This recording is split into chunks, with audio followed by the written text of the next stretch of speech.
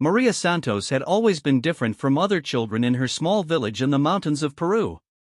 While other kids played with dolls and toy cars, she spent hours staring at the sky, watching clouds form patterns that seemed to tell stories. Her grandmother, Abuela Carmen, often found her sitting on the roof of their adobe house, her dark eyes fixed on the horizon where the Andes met the heavens.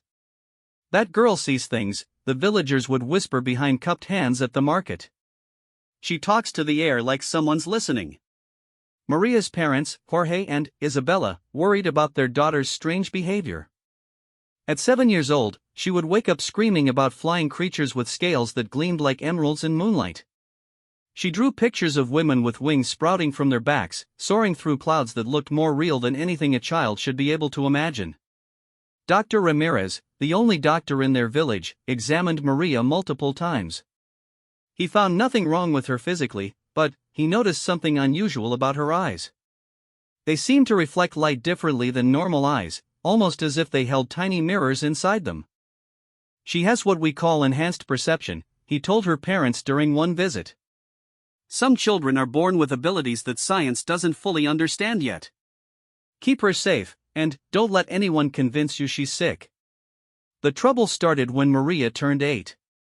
She began talking about seeing a massive creature living in the cave system behind their village. She described it in detail that made adults uncomfortable: a being with scales the color of deep forest leaves, eyes like golden coins, and breath that could warm the coldest mountain air. "It's not scary," Maria would insist when her parents tried to keep her away from the caves. "It's lonely. It's been waiting for someone to see it properly." Her father Jorge worked as a mining engineer for an international company that had recently started operations near their village. The company was searching for rare earth minerals in the mountain caves, using equipment that created vibrations throughout the entire mountain range. Jorge noticed that Maria's episodes of seeing strange things always happened after days when the mining equipment had been particularly active. One evening, as the family sat down for dinner, Maria suddenly stood up from her chair and walked to the window. Her eyes had the distant look again, the one that meant she was seeing something others couldn't. "She's coming," Maria said quietly. "The woman with wings. She's bringing a message." Isabella grabbed her daughter's hand. "Maria, come back to the table. You're scaring your little brother." But Maria's younger brother, Carlos, wasn't scared. At 5 years old, he had started showing signs of the same strange perception his sister possessed.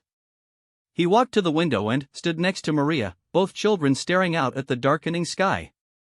"I see her too," Carlos whispered. "She's beautiful." Their parents exchanged worried glances. Having one child with unusual abilities was challenging enough, but 2 children seeing the same impossible things felt overwhelming. The next morning, strange reports began filtering through the village. Several miners working the night shift claimed they had seen a woman flying between the mountain peaks. She had wings like an angel, they said, but her flight pattern was too real, too physical to be a religious vision. The mining foreman, a practical American man named Bill Henderson, initially dismissed these reports as altitude sickness or exhaustion. Mountain work could play tricks on people's minds, especially when they worked long hours in thin air. But when his most experienced crew members started refusing to work certain areas of the cave system, he began to pay attention. "There's something down there," Miguel, the lead miner, told Henderson. "Something big. The sound equipment picks up breathing that doesn't match any known animal. And yesterday, Rodriguez swears he saw eyes reflecting our headlights from a tunnel we haven't even dug yet." Henderson decided to investigate personally. He took a small team into the deepest accessible part of the cave system, equipped with the latest geological survey equipment. What they found challenged everything he thought he knew about the natural world. The equipment detected a massive cavity behind what appeared to be solid rock. Airflow measurements suggested the cavity was enormous, possibly large enough to house a building. Most puzzling of all, thermal imaging showed a heat source moving within the space, something large, warm-blooded, and very much alive. Meanwhile, in the village, Maria's abilities were becoming more pronounced. She could predict when the mining equipment would malfunction before the operators knew there was a problem. She knew when storms were coming hours before the weather showed any signs of change. Most remarkably, she seemed to understand languages she had never learned. Father Miguel, the village priest, was initially skeptical of the children's claims. But, when Maria began speaking in what sounded like ancient dialects during her episodes of enhanced perception, he started taking notes. Some of the words she used matched fragments of languages he had studied in seminary, languages that had been extinct for centuries.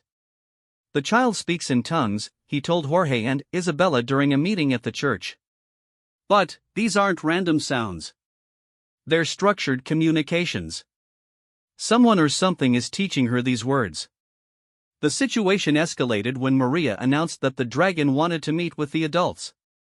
She explained that the creature had been trying to communicate with humans for generations, but most people couldn't see or hear it properly. The mining activities had disturbed its rest, and it was becoming agitated. It's not angry, Maria clarified. It's confused. For hundreds of years, humans came to the mountains with respect. They left offerings and spoke to the spirits properly. Now machines tear at the rock, and no one acknowledges what lives here. Jorge found himself in an impossible position.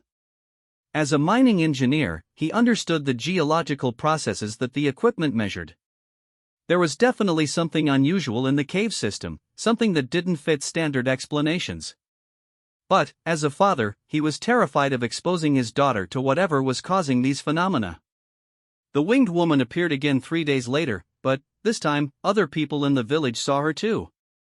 She flew low over the main square during the afternoon market, her wings creating shadows that moved against the natural direction of the sun. Women dropped their baskets of vegetables. Men stopped their conversations mid-sentence. Children pointed at the sky with mixtures of wonder and fear. Elena Vargas, the village schoolteacher, was one of the clearest witnesses. She looked human, Elena reported to anyone who would listen. But, her wings were real. They moved like bird wings, with individual feathers that caught the light. And, her eyes looked directly at me, like she knew me personally. The sighting lasted only minutes, but its impact rippled through the entire community. Some villagers wanted to contact authorities in the nearest city. Others insisted this was a sign from God or the ancient spirits their ancestors had honored. A few demanded that the mining company stop its operations immediately. Henderson faced pressure from his corporate headquarters to continue operations regardless of local superstitions. The geological surveys indicated significant mineral deposits in the exact area where the strange phenomena were occurring. The company had invested too much money to abandon the project based on stories about flying women and cave-dwelling creatures. But Henderson was also a practical man who trusted his experienced workers. When thermal imaging continued to show massive heat signatures moving through areas that should have been solid rock, he knew something needed to be investigated properly. He contacted Dr. Sarah Chan, an anthropologist from the University of Lima who specialized in indigenous legends and unexplained phenomena. Dr. Chen had spent years studying reports of cryptid encounters in remote mountain communities. She understood that local legends often contained kernels of truth that science hadn't yet learned to measure. Dr. Chen arrived in the village on a Thursday morning, bringing equipment designed to detect electromagnetic anomalies, infrasound frequencies, and other phenomena that might explain the unusual sightings. She interviewed Maria and Carlos extensively, using techniques designed to distinguish between genuine experiences and childhood fantasy. These children are describing consistent details across multiple interviews, she noted in her preliminary report. Their descriptions include sensory information that would be difficult for children their age to fabricate. They mention specific geological features of the cave system that they couldn't know without direct exploration experience. More importantly, Dr. Chen's equipment began detecting anomalies immediately. Electromagnetic readings spiked in areas where Maria claimed to sense the dragon's presence. Infrasound detectors picked up frequencies that matched the communication patterns of large animals, but at volumes and pitches that didn't correspond to any known mountain wildlife. The breakthrough came when Dr. Chen convinced Henderson to allow her team access to the deepest surveyed areas of the cave system. Using ground-penetrating radar and thermal imaging, they mapped the massive cavity that mining equipment had detected. The space was even larger than initially estimated, a natural chamber that stretched deep into the mountain's core. But the thermal signature was the most remarkable discovery. The heat source moved in patterns that suggested intelligence. It responded to sounds from the human exploration team, approaching when they spoke normally and retreating when they used loud machinery.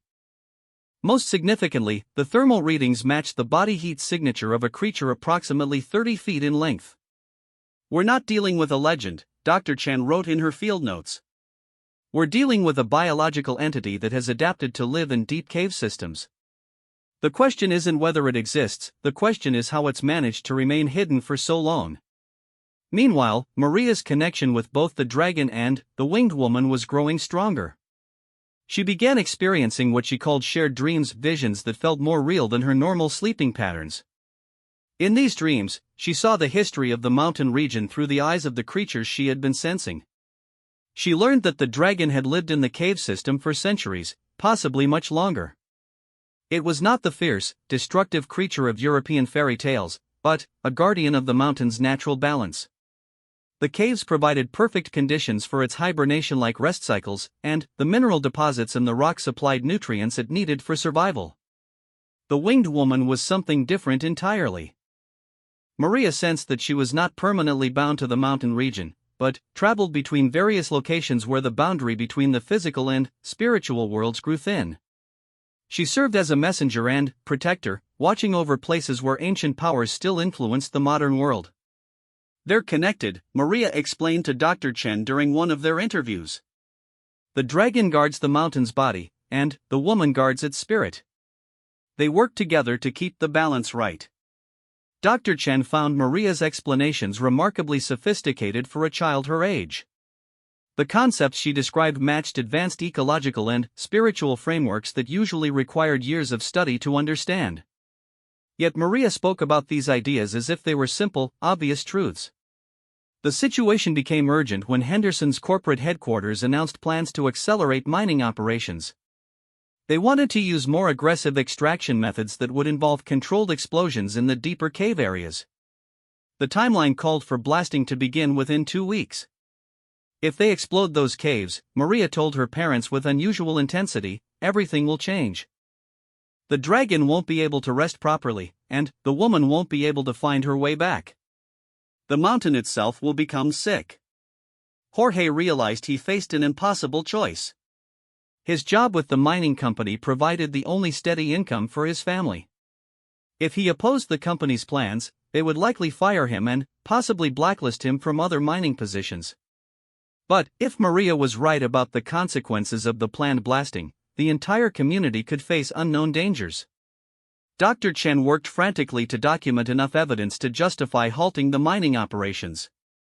She collaborated with geological specialists, biologists, and indigenous rights advocates to build a case for protecting the cave system. But corporate lawyers argued that local folklore didn't constitute scientific justification for stopping a legally authorized mining project. The tension reached a breaking point when Maria announced that the dragon wanted to communicate directly with the humans. Not through dreams or visions, but through a face-to-face meeting in the caves themselves. "It's tired of hiding," she explained. "It wants to show people that it's real, so they understand what they're doing to its home." Henderson initially refused to consider such a meeting. The liability issues alone would be overwhelming, not to mention the safety concerns of bringing civilians into an active mining area. But when his thermal imaging equipment detected the heat signature moving toward the main entrance of the cave system, he realized the creature might not wait for human permission to make contact. The villagers gathered in the main square as word spread about the planned encounter. Some were terrified, fearing that disturbing a legendary creature would bring curses upon their community. Others were excited about the possibility of witnessing something that would prove their ancestors' stories had been true all along. Father Miguel struggled with the theological implications. If Maria's visions were accurate, they challenged traditional religious explanations while simultaneously supporting beliefs in supernatural forces. He found himself praying for guidance about how to advise his parishioners. As the sun set behind the mountain peaks, Maria stood at the entrance to her family's home, her enhanced perception tuned to frequencies that normal humans couldn't detect. She could sense the dragon stirring in its deep chamber, preparing for its first direct contact with surface dwellers in decades. She could also sense the winged woman circling high above the village, ready to facilitate communication between species that had grown apart over centuries of misunderstanding. Tomorrow, Maria told her family, everything we thought we knew about the world will change. But, don't be afraid. Some changes are necessary for growth. Isabella held her daughter close, wondering if an 8-year-old child should carry such enormous responsibility. But, as she looked into Maria's eyes, those unusual eyes that reflected light like tiny mirrors, she realized that her daughter had been chosen for this role by forces beyond human understanding. The equipment in the mining facility recorded unusual electromagnetic activity throughout the night. Dr. Chen's instruments detected communication frequencies between the cave system and the sky above the village. And, in their small adobe house, Maria and Carlos shared dreams of flying through crystal-clear air toward a future where different kinds of beings could coexist with mutual respect and understanding. Dawn broke over the Peruvian mountains with an unusual clarity that made every detail of the landscape appear sharper than normal. Maria woke before her alarm, her enhanced perception already detecting movement in the deep caves below the village. The dragon was rising from its resting place, preparing for the encounter that would change everything. Dr. Chen had spent the night calibrating her equipment and reviewing protocols with Henderson's team. They had agreed on a limited exploration group, herself, Henderson, Jorge Santos, Father Miguel, and Maria as their guide. The plan was to enter only the outer chambers of the cave system, maintaining safe distances while attempting to establish communication. But, plans changed when thermal imaging showed the creature moving toward the cave entrance with purposeful determination. Whatever intelligence guided the dragon had decided that deeper cave meetings were unnecessary. It was coming to them. The readings are unlike anything we've recorded, Dr. Chen told Henderson as they reviewed the overnight data. The electromagnetic signature is moving in patterns that suggest complex thought processes. And, these infrasound frequencies match communication methods used by highly intelligent species. Henderson studied the printouts with growing concern. As a mining engineer, he understood rock formations and geological processes. But, the data suggested something that challenged his fundamental understanding of mountain ecosystems. Large, intelligent life forms simply didn't exist in deep cave systems without leaving evidence that geological surveys would detect. Yet the evidence was undeniable. Ground-penetrating radar showed a massive form moving through chambers that connected to the main cave entrance. The creature's movement patterns indicated familiarity with human presence above ground. It was choosing its approach route carefully, avoiding areas where mining equipment might pose obstacles. In the village, word of the planned encounter spread quickly despite efforts to keep preparations quiet. Elena Vargas organized an evacuation plan for families with young children, while other villagers gathered supplies for what some feared might be an extended emergency situation. "We don't know what we're dealing with," Elena explained to concerned parents. But, if Maria is right about this creature being protective rather than dangerous, panicking could make things worse. Maria spent the morning in meditation-like concentration, her consciousness reaching toward both the approaching dragon and the winged woman she could sense circling high above the cloud layer. The communication she experienced went beyond words or images, it involved direct sharing of emotions and intentions.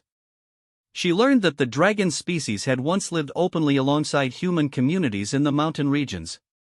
Ancient civilizations had understood how to maintain respectful relationships with beings whose lifespans and perspectives differed dramatically from human experience. But, as human technology advanced and populations grew, the dragons gradually retreated to deeper hiding places. The winged woman served as a bridge between different levels of reality. Her species existed partially in the physical world and partially in dimensional spaces that intersected with normal geography. She could travel instantly between locations where spiritual and material forces remained in balance, serving as a messenger and guardian for ancient powers that still influenced natural systems. "They're not coming to threaten anyone," Maria explained to her father as he prepared for the cave exploration. "They're coming to teach. But, humans have to be ready to learn things that don't fit into normal categories." Jorge checked his safety equipment one final time. As the only local mining expert, his presence was essential for navigating the cave system safely. But, as Maria's father, he was terrified of exposing his daughter to unknown dangers. The thermal readings suggested a creature larger than any animal that should exist in mountain caves. Dr. Chen's anthropological background helped her understand the cultural significance of what was happening. Indigenous communities throughout the Americas preserved legends of encounters between humans and beings that European science classified as mythological. But her field experience had taught her that oral traditions often preserved accurate information about phenomena that mainstream science hadn't yet learned to document. "We're not just making contact with unusual species," she noted in her research journal. "We're potentially rediscovering knowledge systems that human civilization has forgotten how to access." Father Miguel struggled with the theological implications of the encounter. Catholic doctrine didn't provide clear guidance for situations involving intelligent non-human beings that existed in the physical world. Were such creatures part of God's creation that deserved respect and protection? Or did they represent forces that challenged religious understanding? He decided to approach the situation with open-minded faith, trusting that divine guidance would provide wisdom for unprecedented circumstances. If these beings had coexisted with human communities in earlier times, perhaps their reappearance served a spiritual purpose that modern people needed to understand. The exploration team gathered at the cave entrance at midday, when thermal readings indicated the dragon had positioned itself in the first large chamber approximately 200 meters inside the mountain. Dr. Chen's equipment detected no signs of agitation or aggressive intent. The creature's vital signs suggested calm alertness rather than defensive preparation. Henderson carried communication equipment designed for rescue operations in environments where normal radio signals might not function. The cave's mineral content could interfere with electronic devices, but backup systems would allow the team to maintain contact with surface support crews. As they entered the cave, Maria's enhanced perception immediately detected the dragon's presence with startling clarity. The creature was enormous, approximately 30 feet from nose to tail, but its posture indicated patience rather than threat. Golden eyes reflected their flashlight beams from the darkness ahead, watching their approach with ancient intelligence. "It's been waiting for us," Maria whispered to her father. "It wants to make sure we're not afraid." The first direct visual contact exceeded everyone's expectations. The dragon's scales held deep green coloration that shifted subtly as it breathed, creating patterns of light that seemed almost hypnotic. Its proportions were more graceful than the bulky monsters of medieval illustrations. This creature was built for flight despite currently being grounded in cave chambers. Dr. Chen immediately began documenting everything with video equipment and electromagnetic sensors. The readings confirmed that the dragon generated bioelectric fields similar to those produced by marine animals, but at much higher intensities. Its breathing patterns created infrasound frequencies that could potentially influence human emotional states. "Magnificent," Henderson murmured despite his initial skepticism. But how has something this large remained hidden from geological surveys? The answer became apparent as they observed the dragon's movements. The creature demonstrated remarkable control over its bioelectric field, apparently able to modulate electromagnetic signatures to avoid detection by standard equipment. It had been deliberately concealing itself from human technology while monitoring human activities throughout the region. Communication began through Maria's enhanced perception, but quickly expanded to include direct mental contact with other team members. The dragon's intelligence operated on levels that transcended normal language barriers. It shared concepts and emotions directly, allowing humans to understand its perspective without requiring translation. The team learned that the dragon species had once maintained symbiotic relationships with human communities.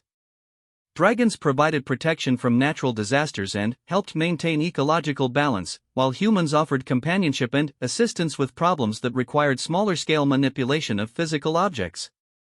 The relationship had deteriorated as human technology became more aggressive toward natural environments. Dragons gradually withdrew from contact as mining, deforestation, and industrial activities disrupted the energy patterns they needed for healthy survival. They had hoped that humans would eventually develop wisdom to balance technological advancement with ecological respect. But the current mining operations threatened critical energy flows that supported not only the dragon's health but the spiritual balance of the entire mountain region. The controlled explosions planned for deeper cave areas would damage crystalline formations that served as focal points for natural forces that had maintained stability for centuries. "We're not asking humans to abandon their development," the dragon communicated through shared mental images. "We're asking for recognition that some places serve functions beyond human immediate needs." The winged woman appeared at the cave entrance as the communication session deepened. Her arrival created a subtle shift in atmospheric pressure that everyone could feel. She moved with fluid grace that defied normal understanding of aerodynamics, her wings generating lift through methods that seemed to involve energy manipulation rather than purely physical force. "She's here to witness," Maria explained as the winged woman settled near the cave opening. "This meeting creates a new agreement between species. She needs to record what happens for other guardians in different locations." Dr. Chen documented the winged woman's physical characteristics with scientific fascination. Her anatomy combined human and avian features in ways that suggested evolutionary adaptation to aerial environments. But her eyes held intelligence that seemed to encompass knowledge of systems and relationships that extended far beyond immediate physical surroundings. The winged woman communicated through methods similar to the dragon's mental sharing, but her messages carried additional layers of meaning related to interconnections between different locations and different types of consciousness. She showed the human team images of other places where similar guardian beings protected natural systems from excessive human disruption. "There's a whole network," Dr. Chen realized as she processed the shared information. "Guardian species maintaining ecological balance in remote locations worldwide. They've been working to preserve natural systems while staying hidden from human interference."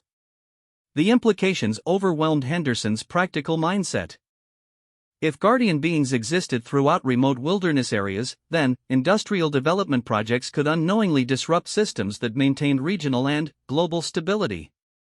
The financial costs of modifying mining operations seemed minimal compared to potential ecological disasters. Father Miguel found himself witnessing what could only be described as a divine revelation. The intelligence and wisdom demonstrated by both the dragon and winged woman reflected levels of consciousness that suggested spiritual as well as physical evolution. These beings embodied harmony between material and transcendent existence that human religious traditions struggled to achieve. Jorge realized that his daughter's unusual abilities had prepared her for a role that extended beyond their small village.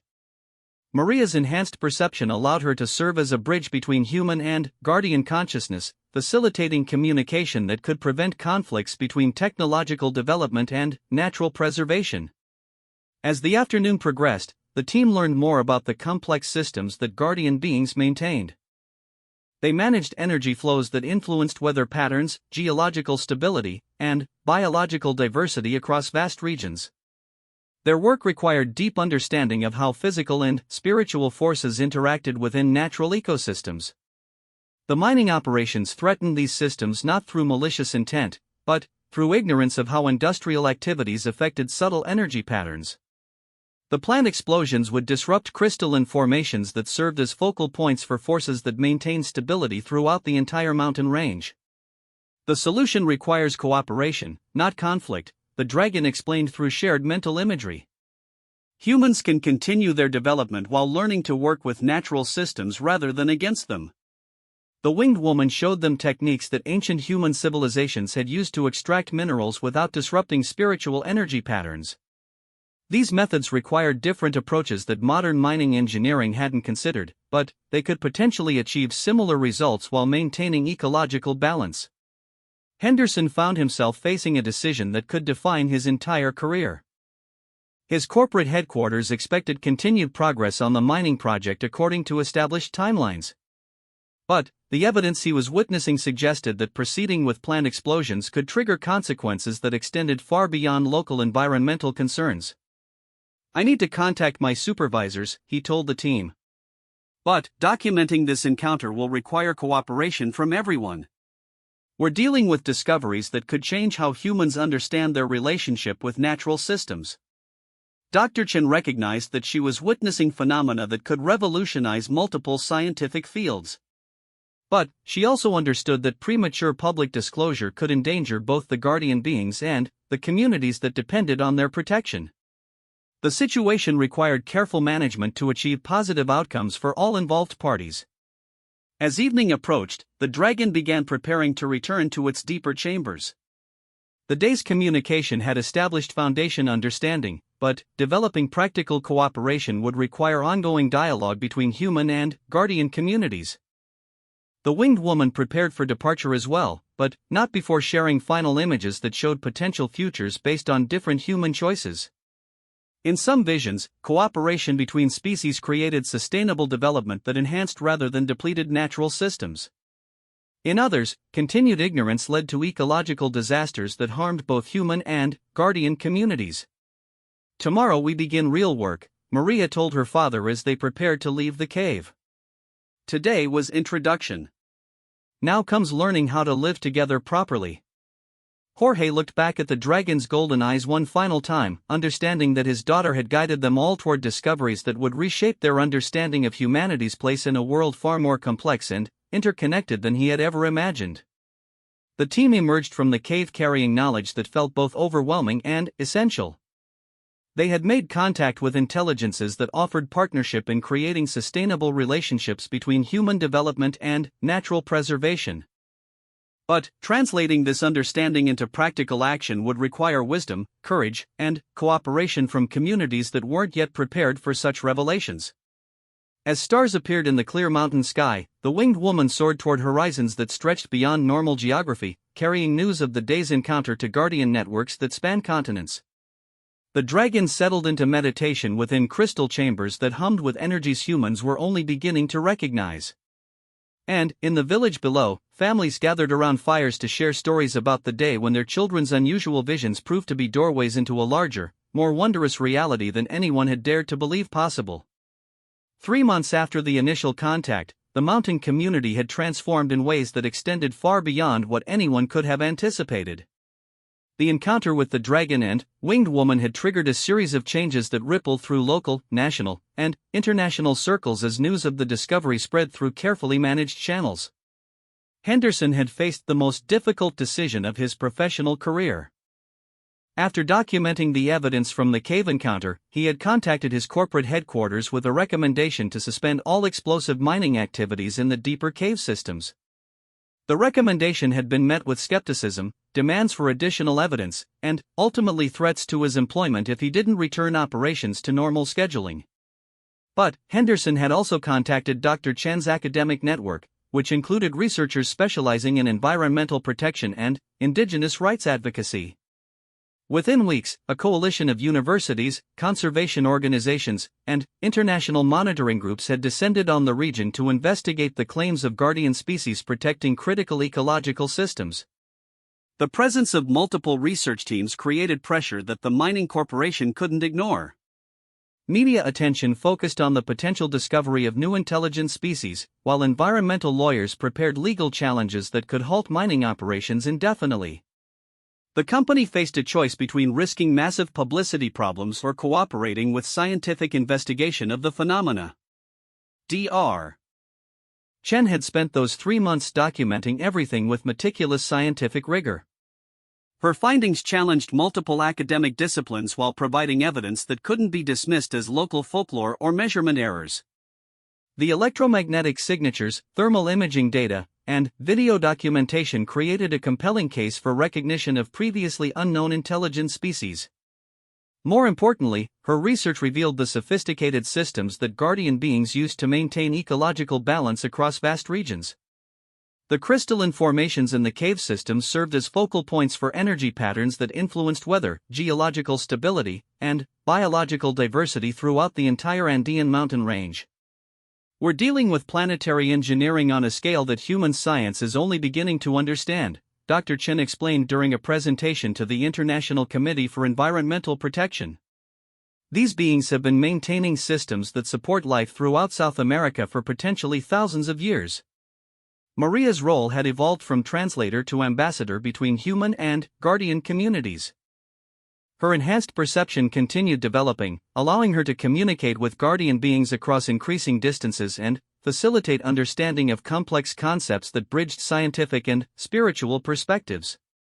She had learned that the dragon species existed in small populations throughout mountain ranges worldwide, each individual responsible for maintaining balance within specific geographical regions. Their lifespans extended across centuries, giving them perspectives on environmental changes that human observation couldn't match. The winged woman belonged to a different category of being entirely. Her species existed partially outside normal dimensional boundaries, allowing them to travel instantly between locations where spiritual and physical forces remained in harmony. They served as messengers and coordinators for guardian networks that span continents and possibly other worlds. They're not separate from nature, Maria explained to visiting researchers. They are nature's way of taking care of itself. When humans work with them instead of against them, everyone benefits. The practical applications of cooperation with guardian beings had already begun showing results. Working with the dragon's guidance, Henderson's team had developed mining techniques that extracted valuable minerals without disrupting the energy patterns that supported regional stability. These methods required more careful planning and longer timelines, but they achieved comparable results while maintaining ecological balance. The winged woman had shared knowledge about energy flows that influenced weather patterns across the entire western coast of South America. Understanding these patterns allowed meteorologists to improve their prediction models and helped agricultural communities prepare more effectively for seasonal variations. But the most significant changes were occurring within the local community itself. Children throughout the village had begun developing enhanced perception abilities similar to Maria's original experiences. It appeared that exposure to guardian consciousness activated latent potentials that existed within human awareness but normally remained dormant. Carlos, Maria's younger brother, had become particularly adept at communicating with the smaller beings that existed throughout the forest ecosystems. These creatures, ranging from enhanced insects to bird-like entities with crystalline features, served as information networks that guardian beings used to monitor environmental conditions across vast areas. "The whole mountain is alive," Carlos would explain to visitors who questioned his unusual friendships. "Everything talks to everything else. Humans just forgot how to listen properly." Elena Vargas had documented the children's developing abilities with careful attention to both their educational progress and their emotional well-being. Rather than interfering with normal learning, enhanced perception seemed to accelerate cognitive development while encouraging deeper understanding of ecological relationships. "These children aren't becoming less human," she noted in reports to educational authorities. "They're becoming more fully human by reconnecting with capacities that our ancestors possessed but modern civilization has forgotten." Father Miguel had struggled initially with the theological implications of guardian beings, but eventually reached understanding that expanded rather than challenged his faith. The intelligence and wisdom demonstrated by these creatures reflected divine creativity expressed through forms that transcended traditional religious categories. "God's creation is far more vast and wonderful than human understanding has recognized," he explained during sermons that attracted visitors from throughout the region. "We are called to be good stewards of mysteries that extend far beyond our immediate comprehension."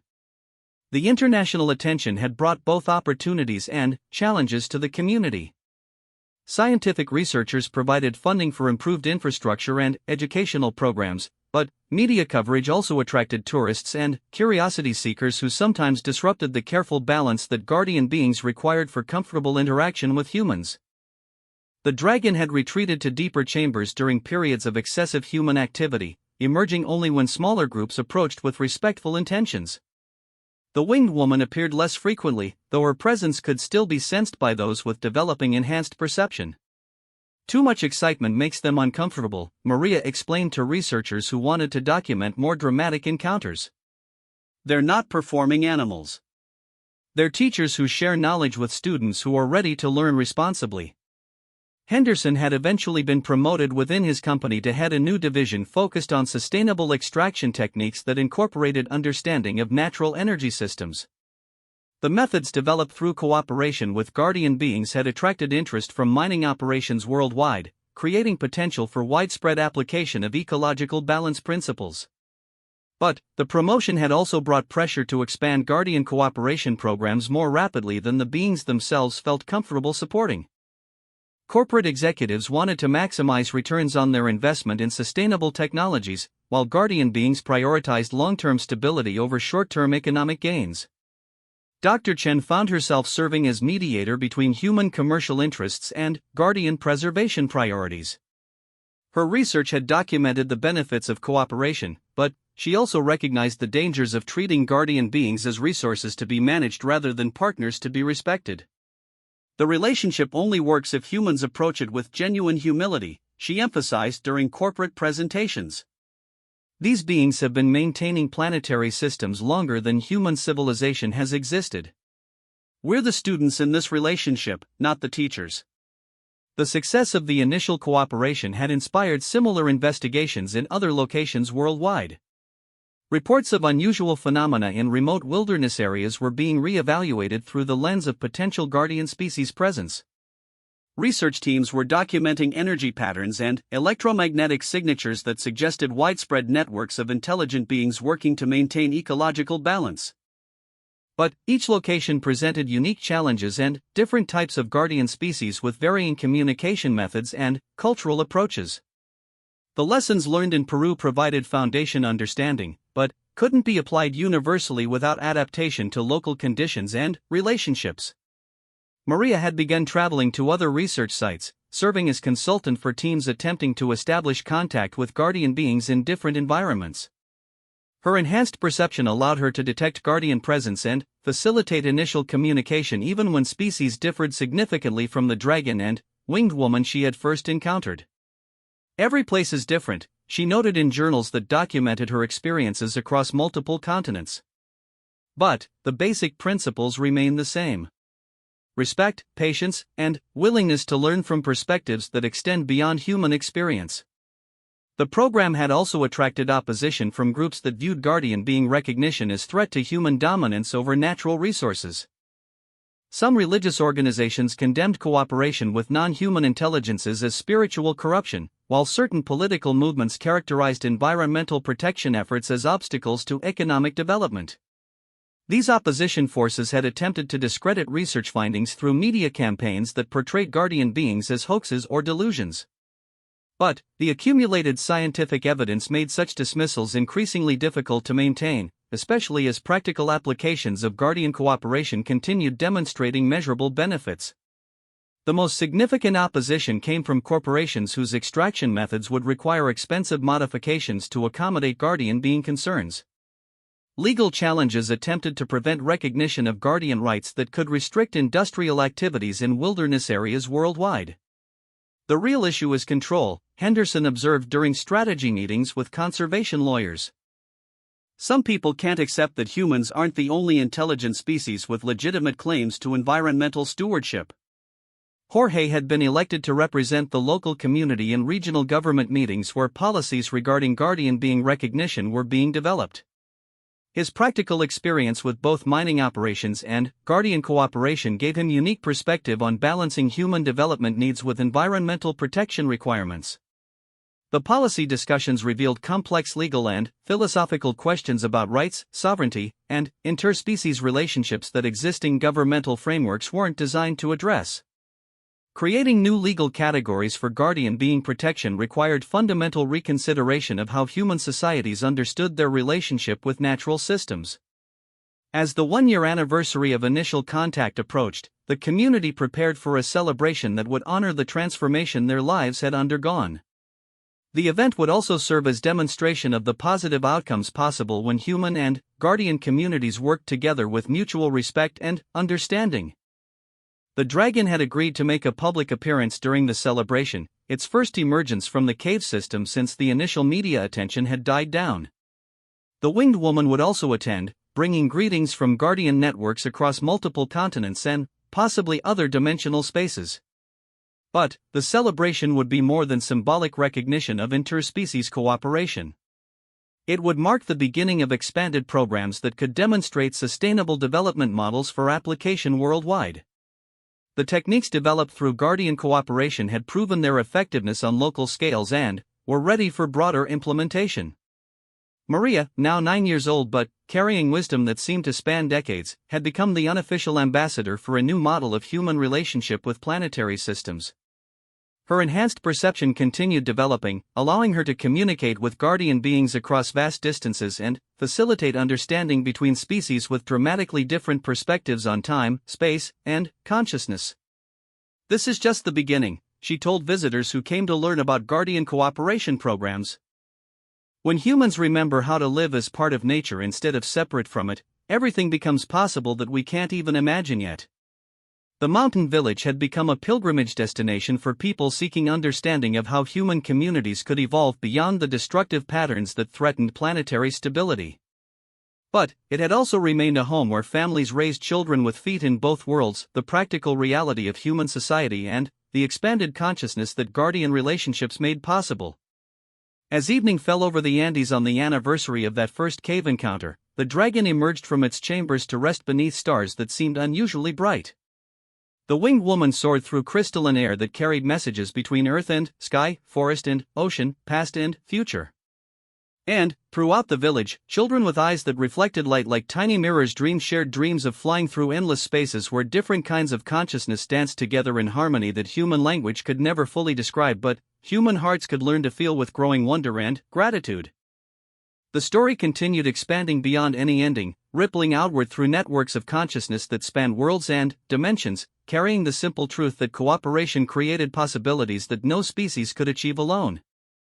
In caves and mountains, forests and oceans, deserts and polar regions, guardian beings felt the shift in human understanding and began emerging from hiding places they had maintained for centuries, ready to join in the great work of healing a planet that had room enough for every form of consciousness willing to contribute to the dance of life itself.